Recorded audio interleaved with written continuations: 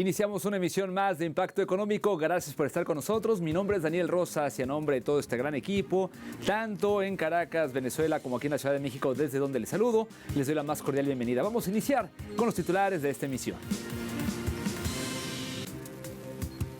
En América Latina, la presidenta de México, Claudia Sheinbaum, firmó un decreto para prohibir el maíz transgénico. En contexto, revisaremos las pérdidas económicas provocadas por la guerra en Siria, la cual recientemente cumplió 14 años.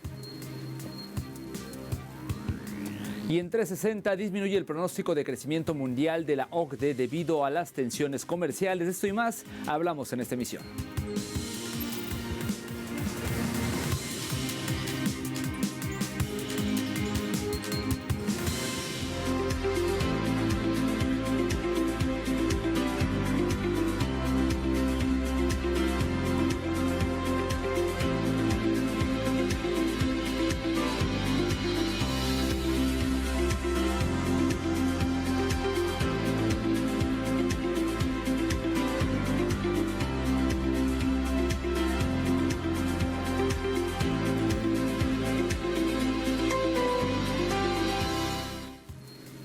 Imágenes de nuestro resumen el día de hoy y vamos a comenzar en México, ya que la presidenta Claudia Sheinbaum firmó un decreto que prohíbe el maíz transgénico en el país. Dicho decreto ha reformado los artículos 4 y 27 de la Constitución para proteger los cultivos nativos y garantizar la biodiversidad. Esta medida, que entrará en vigor inmediatamente, busca fortalecer la soberanía alimentaria, la salud pública y el desarrollo rural, promoviendo el uso de semillas tradicionales y libres de modificaciones genéticas. México, centro de origen del maíz, importa el 40% de la semilla que exporta a Estados Unidos, con un récord de 25 millones de toneladas en 2024, valoradas en 5.619 millones de dólares. Sin embargo, el maíz transgénico está asociado con herbicidas como el glifosato, que representan riesgos para la salud y el medio ambiente. Con esta reforma, el gobierno mexicano no solo protege su patrimonio biocultural, sino que también impulsa una agricultura sostenible y libre de transgénicos, reafirmando el lema: sin maíz no hay país.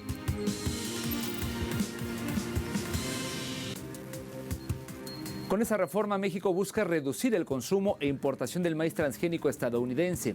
Según datos del Departamento de Agricultura de Estados Unidos, México fue el mayor comprador de este producto en 2024, adquiriendo el 40% de las exportaciones de Estados Unidos, equivalentes a 25,2 millones de toneladas, por un valor récord de 5.619 millones de dólares. Ese volumen representa un aumento del 36% respecto a 2023.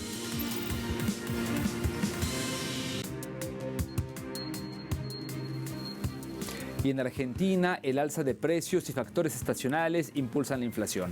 La inflación en Argentina mostró un repunte en febrero de 2025, alcanzando el 2,4%, impulsada por el aumento del 8% en el precio de la carne y el 3,2% en alimentos. El presidente Javier Milei destacó que, sin este efecto, la inflación habría sido del 1,8%. Sin embargo, marzo enfrenta presiones estacionales como el inicio de clases y el cambio de temporada, que podría elevar la inflación entre 2,5 y 3%. El gobierno busca contener la inflación reduciendo la devaluación del peso y facilitando importaciones para aumentar la competencia. Aunque se espera una moderación en el segundo trimestre, la volatilidad en alimentos y servicios mantiene la incertidumbre sobre la sostenibilidad del programa económico.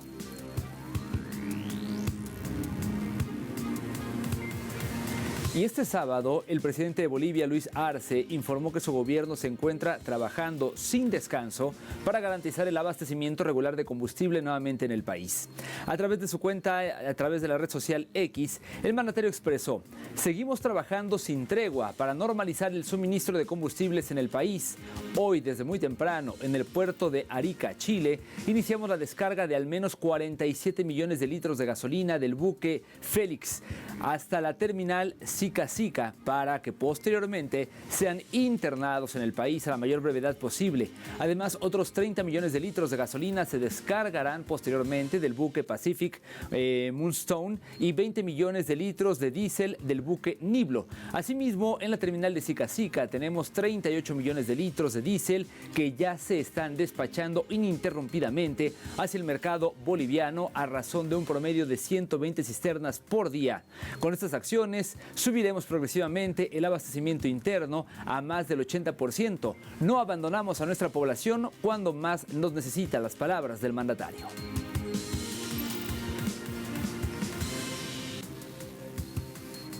Y en Chile, tras casi 10 días de huelga, pues ya los trabajadores de la transnacional Starbucks en ese país han recordado la importancia de la organización sindical. Un café de esta transnacional cuesta casi el doble de lo que ganan sus trabajadores por hora en ese país. Veamos más detalles en esta historia. El rincón preferido de yuppies, empresarios woke y creativos emprendedores está convulsionado. Las y los trabajadores de Starbucks en todo Chile están en huelga. Se acabaron las sonrisas que les impuso el marketing emocional de la conocida empresa transnacional. A mí cuando yo llegué acá en Starbucks, a mí se me vendió un cuento de que esto iba a ser una familia donde todos íbamos a estar todos juntos trabajando para el mismo objetivo. Pero lamentablemente y con el paso del tiempo nos hemos dado cuenta de que acá esta es una empresa que solamente le importa la ganancia. Nos venden un cuento donde nosotros vamos a poder flexibilizar nuestro trabajo con nuestro estudio, pero básicamente acá si te piden hacer hora extra porque no tienen personal en las tiendas. Pero no, la precarización laboral que viven sus trabajadores es abrumadora. El café más barato que venden cuesta casi el doble de lo que ganan por hora quienes lo preparan. La mayoría jóvenes que buscan cómo pagar sus estudios en el país más neoliberal de la región.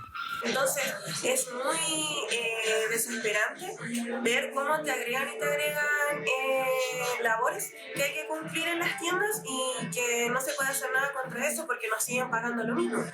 Exigen condiciones laborales decentes y, entre otras cosas, como no, un salario acorde a las ganancias de la empresa, que después de su reinversión comercial a principios de los 2000 se levantó como un modelo de negocios innovador, tanto que sus fórmulas de éxito fueron plasmadas en distintos libros.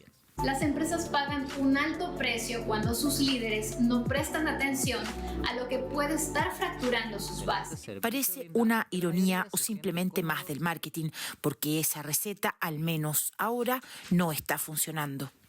Nosotros sabemos que el negocio de Starbucks no es tanto vender café, sino que es vender café a bajo costo, pero no a bajo costo de los clientes, sino al costo de la mano de obra. Y esto se ve reflejado, como nosotros lo hemos planteado, en que hoy día un café de Starbucks vale casi el doble de la hora de trabajo. Y detrás de esa hora de trabajo barata se esconde una realidad humana muy compleja de abordar. Uno cuando viene a Starbucks te vende lujo, te vende estatus, te vende una idea de que aquí somos todos como iguales, y eso no es real. La calidez humana que ofrecía la empresa como uno de sus valores la han encontrado en el sindicato. A una semana de huelga se coordinan en los turnos, en las protestas que buscan llamar la atención de los consumidores y en la resistencia frente al hostigamiento de la empresa. Hemos recibido apoyo de distintos sindicatos y distintas organizaciones internacionales y nacionales, y eso ha sido parte de un trabajo que hemos venido haciendo ya desde hace varios años, conjunto, ¿cierto?, a personas que se han querido sumar a esto y que viven básicamente lo mismo, porque la precarización laboral juvenil se vive no solamente en Chile, sino que también en el extranjero. Los trabajadores de Starbucks en Estados Unidos no solo enviamos un mensaje de solidaridad, sino también un mensaje de amor, respeto y gratitud. La última huelga en Chile fue en 2015 y desde ese entonces las condiciones han empeorado. Y aunque la empresa está ofreciendo menos de un cuarto del reajuste que piden los trabajadores, están confiados en la fuerza de su sindicato, que logra visibilizar la importancia de la dignidad laboral en un Chile dormido después de la revuelta popular. Carolina Sandoval y Paola Dragnik, Telesur, Chile. Y es un sector que está muy aislado y donde al parecer una huelga no caería bien. Así que veremos allá primero. Con esa información llegamos al momento de hacer una primera pausa en emisión del día de hoy, pero al regreso en contexto revisaremos las pérdidas económicas provocadas por la guerra en Siria, la cual recientemente cumplió ya 14 años. Volvemos.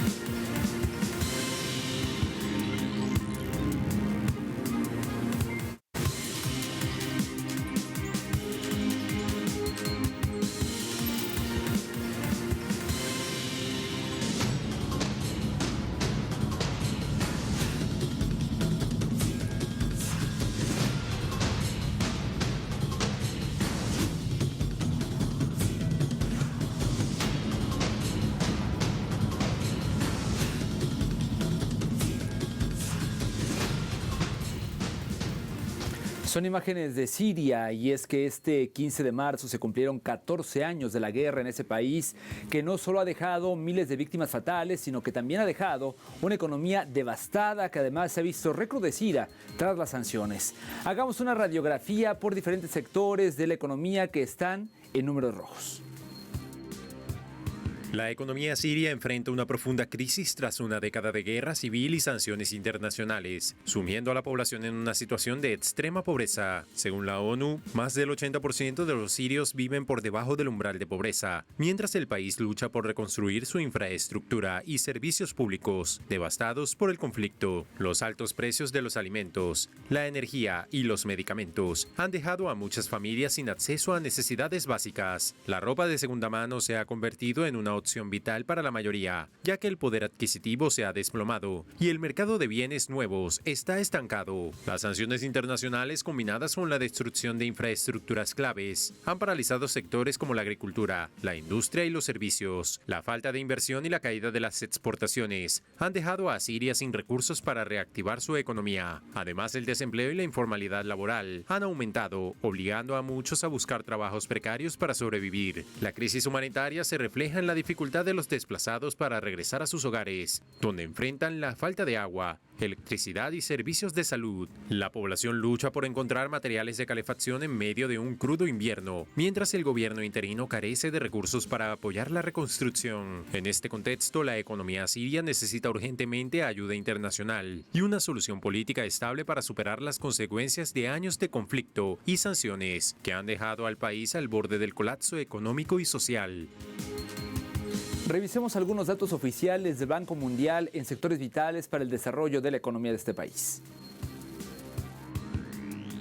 Según el Banco Mundial, la economía siria ha sufrido una contracción del 85% desde el inicio de la guerra, reduciendo su PIB de 67.500 millones de dólares a apenas 9.000 millones en 2023. Este desplome sitúa a Siria en el puesto 129 a nivel mundial, al nivel de países como Chad, y ha sumido a más de la mitad de su población en la pobreza extrema.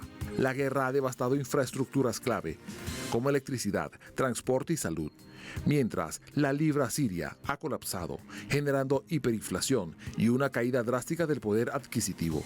Sectores vitales como el petróleo y la agricultura, que representaban la mitad de los ingresos del país, han quedado diezmados. Además, las sanciones internacionales han limitado las exportaciones y ahogado la recuperación económica. Con 7 millones de desplazados internos y 4,82 millones de refugiados, Siria enfrenta un futuro incierto. Expertos estiman que el país podrá tardar una década en recuperar su PIB de 2011 y 2 décadas en reconstruirse por completo. Sin embargo, la inestabilidad política y las sanciones persistentes complican cualquier avance, dejando a la población en una crisis humanitaria sin precedentes. Y es que la recuperación económica de Siria es crucial para revertir el declive del país y restablecer la estabilidad.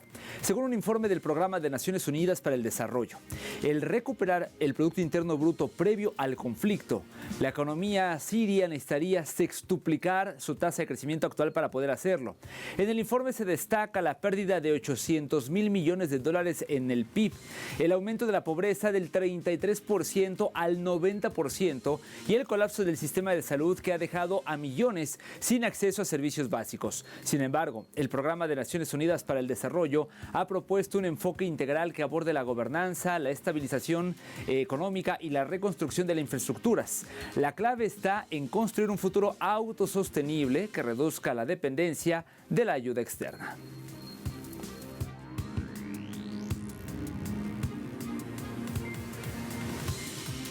Permítanos hacer una segunda pausa en la emisión del día de hoy, pero al regreso en 360 estaremos hablando de que disminuye el pronóstico de crecimiento mundial de la OCDE, esto debido a las tensiones comerciales. Ya volvemos.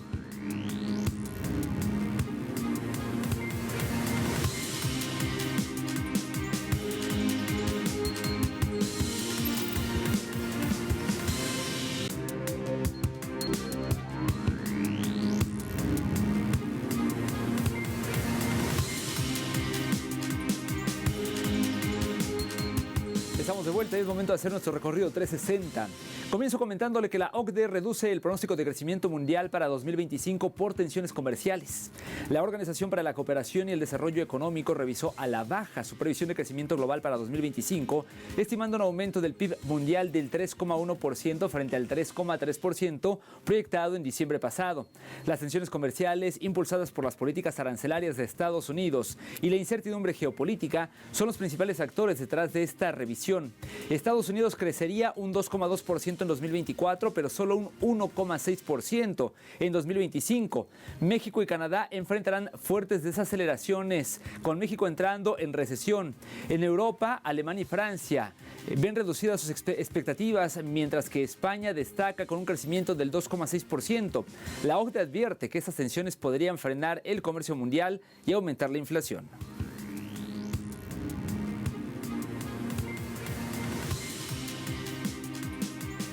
Ahora nos vamos a Italia, ya que ese país registró un crecimiento del 0,2% de la inflación relacionado con los precios al consumidor durante febrero de 2025.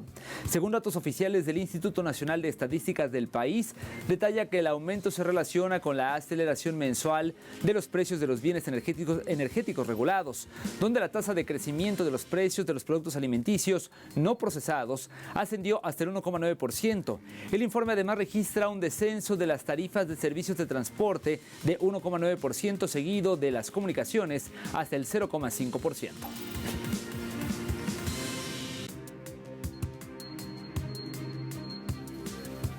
En Palestina, el Programa Mundial de Alimentos ha advertido sobre el drástico aumento de precios en la Franja de Gaza, donde algunos productos han visto incrementos superiores al 200%.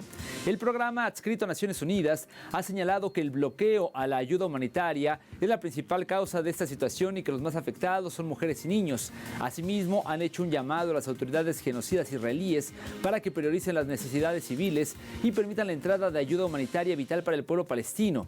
El organismo también alertó sobre la crítica situación alimentaria en Gaza y solicitó a la comunidad internacional 242 millones de euros para continuar sus operaciones en la región durante los próximos 6 meses, tanto en Gaza como en Cisjordania.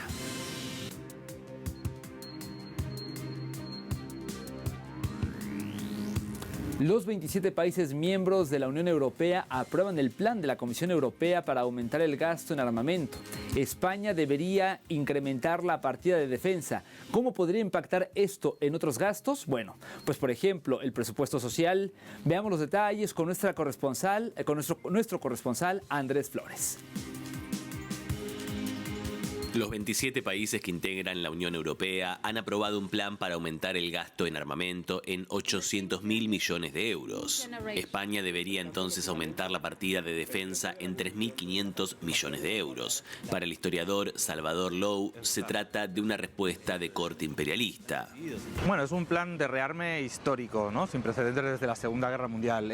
Podríamos decir que es la respuesta que hace el imperialismo europeo ante la nueva política exterior de la nueva administración de Donald Trump, que es una política de imperialismo recargado y al mismo tiempo de un unilateralismo que les ha dejado de banda en las negociaciones sobre la guerra de Ucrania, más bien les ha dejado fuera del reparto del botín. Yo creo que eso es lo que realmente les preocupa a las potencias imperialistas europeas, y el paso que han dado es iniciar un anuncio de rearme por valor de 800.000 millones de euros, que es una auténtica barbaridad. Esto supondría prácticamente elevar al 3% del PIB y por lo tanto es un punto por encima del 2%, que ya era una barbaridad, que se pactó en la cumbre de la OTAN de junio de 2022. En 2024, el gasto militar declarado por el gobierno de España llegó hasta el 1,28% del PIB, luego de que el Ejecutivo incluyera en esa contabilidad partidas que antes no eran consideradas. Para Josep Luis del Alcázar, activista de lucha internacionalista, un aumento de esos gastos es dinero público que irá a manos de grandes multinacionales. Bueno, la excusa que toman es el tema de la situación en Ucrania. La realidad es que lo que se está intentando con todo este plan es un plan que va mucho más allá. Tiene que ver con la situación de crisis económica, tiene que ver con la inyección de dinero público sobre todo lo que es los sectores del metal, particularmente grandes multinacionales. Si quieres, luego abordamos un poco todas esas grandes cifras y cómo se van a traducir en directamente dinero que se da a multinacionales que que participan de la producción de armamento, particularmente Alemania, una parte de Francia. Un gran motivo de preocupación es cómo impactará un mayor aumento del gasto militar en el presupuesto que quedará disponible para las áreas sociales. El secretario general de la OTAN en diciembre nos decía que teníamos que prepararnos para grandes sacrificios, y es un lenguaje que están tomando ya muchos mandatarios del llamado extremo centro europeo, ¿no? En el caso de algunos países como Países Bajos ya plantean abiertamente a los países del sur de Europa que tienen que apretarse el cinturón y financiar ellos este rearme. Venimos con una situación muy grave en sectores de servicios, educación, sanidad, servicios sociales, ante un crecimiento de la pobreza, etc. Es decir, una situación que necesitaría de grandes recursos, y de un lado la trampa financiera, porque una cosa es que no cuente como déficit, que es la trampa, pero otra cosa es que sí que cuenta como deuda, con lo cual todos los gastos de la deuda que van a ir asociados ahí van a llevar a nuevas políticas de recortes sociales, se diga lo que se diga. Según una encuesta del Centro de Investigaciones Sociológicas del 2024, solo el 14,2% de la población española apoya que el Estado gaste mucho más en defensa. Andrés Flores, Telesur, Barcelona. Y en más temas, la minería ilegal del oro amenaza la producción de cacao en Ghana. Veamos los detalles. La minería ilegal de oro, conocida como Galamsey, está devastando las plantaciones de cacao en Ghana, segundo mayor productor mundial de este cultivo. En los últimos 3 años, la producción de cacao ha caído un 50%, afectando gravemente a regiones clave. El 81% de plantaciones en la región oriental, el 74% en la occidental y el 68% en Ashanti han sido impactadas. Los agricultores denuncian la destrucción de tierras y la contaminación de aguas, lo que provoca enfermedades y retrasos en el crecimiento del cacao.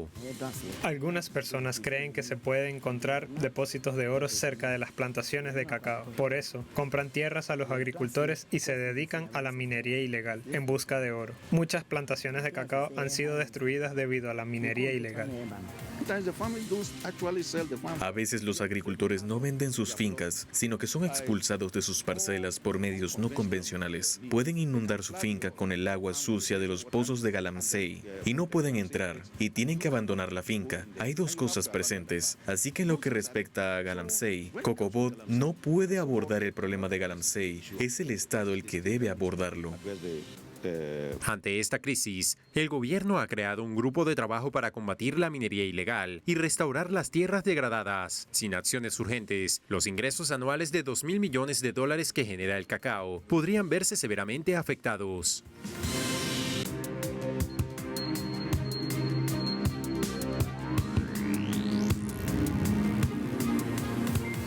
Momento de revisar los precios del petróleo. Iniciamos con el intermedio de Texas, el WTI, que marcó un precio de $67.59 y esto representa un incremento de 41 centavos de dólar. En el caso del barril del Brent, el de referencia en Europa, se ubicó su precio en $71.04 y en este caso esto representa un alza de 46 centavos de dólar. Y finalmente le comentamos que el crudo promediado por la OPEP marcó un precio de $72.98 y en este caso esto representa una caída de 36 centavos de dólar. Gracias por habernos acompañado. Llegamos al final de la emisión del día de hoy. Como siempre, el placer no es nuestro para poder informarle. Les recuerdo que a nombre de todo este gran equipo, tanto aquí como en diferentes partes del mundo, puede estar muy bien informado con esta información a través de nuestra multiplataforma Telesur. Comentarios, dudas, sugerencias a través del correo electrónico impactoeconómico@telesurtv.net y también a través de nuestras cuentas de la red social X, @TelesurImpactoE y @DanielTelesur. Nos vemos pronto en una nueva emisión de Impacto Económico. Hasta entonces.